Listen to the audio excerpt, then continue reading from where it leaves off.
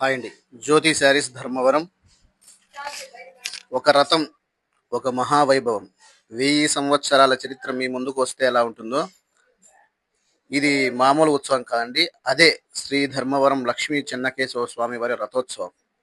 సత్యసాయి జిల్లా మన ధర్మవరం పట్టు చీరలకు ప్రసిద్ధి చెందిన ఈ ధర్మవరంలో మొత్తం ప్రజలంతా ఎంతో భక్తి శ్రద్ధలతో, ఆనందంతో అంగరంగ వైభవంగా జరుపుకునే పండగే శ్రీ లక్ష్మీ చెన్నకేశవ స్వామి రథోత్సవం. ఇక్కడ ఉన్న ఈ ఆలయం దాదాపు 1000 సంవత్సరాల చరిత్ర కలిగిన దేవాలయం.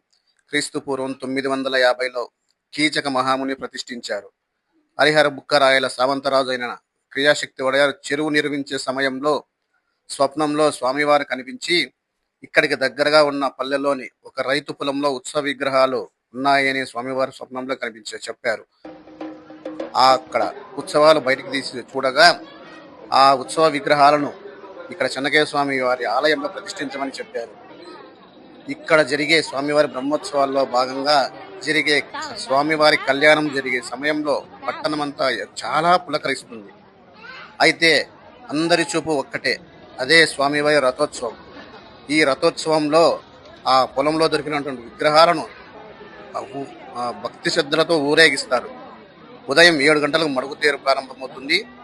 అక్కడి నుంచి మళ్ళా సాయంత్రం 4 గంటలకు తిరిగి ప్రారంభమయ్యే ఈ తేరు మహోత్సవంలో తేరుకెంతో సెంటర్ భాగమైనటువంటి బొడ్రాయి అంటారండి, ఇక్కడి వరకు ఊరేగిస్తారు. తిరిగి ప్రయాణంలో స్వామివారు తిరిగి మొదటికి ప్రతిష్ఠిస్తారు. ఈ రథోత్సవం జరిగే సమయంలో భక్తులంతా ఒకటే నామస్మరణ, అదే గోవింద గోవింద అనే నామస్మరణ. ఆ నామస్మరణతో తేరు చుట్టుపక్కలంతా పులకరిస్తుంది. తేరు ముగిసిన తర్వాత ఈ ధర్మవరానికి గ్రామదేవత అయినటువంటి దుర్గమ్మ వారి ఉత్సవం మరియు పరస జరుగుతుంది. ఈ పరస 3 రోజుల పాటు జరుగుతుంది. ఇది కూడా చాలా ఉత్సవంగా జరుగుతుందండి. ఈ మా ధర్మవరం రథోత్సవానికి మరో ప్రత్యేకత ఉందండి.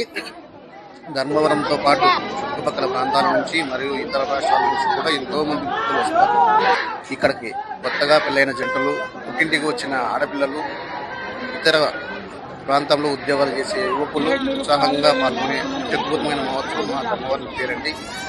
దయచేసి మా జ్యోతి ఛానల్ని, జ్యోతి శారీస్ని సబ్స్క్రైబ్ చేసేయండి, లైక్ చేసి ఫాలో అవ్వండి. Thank you.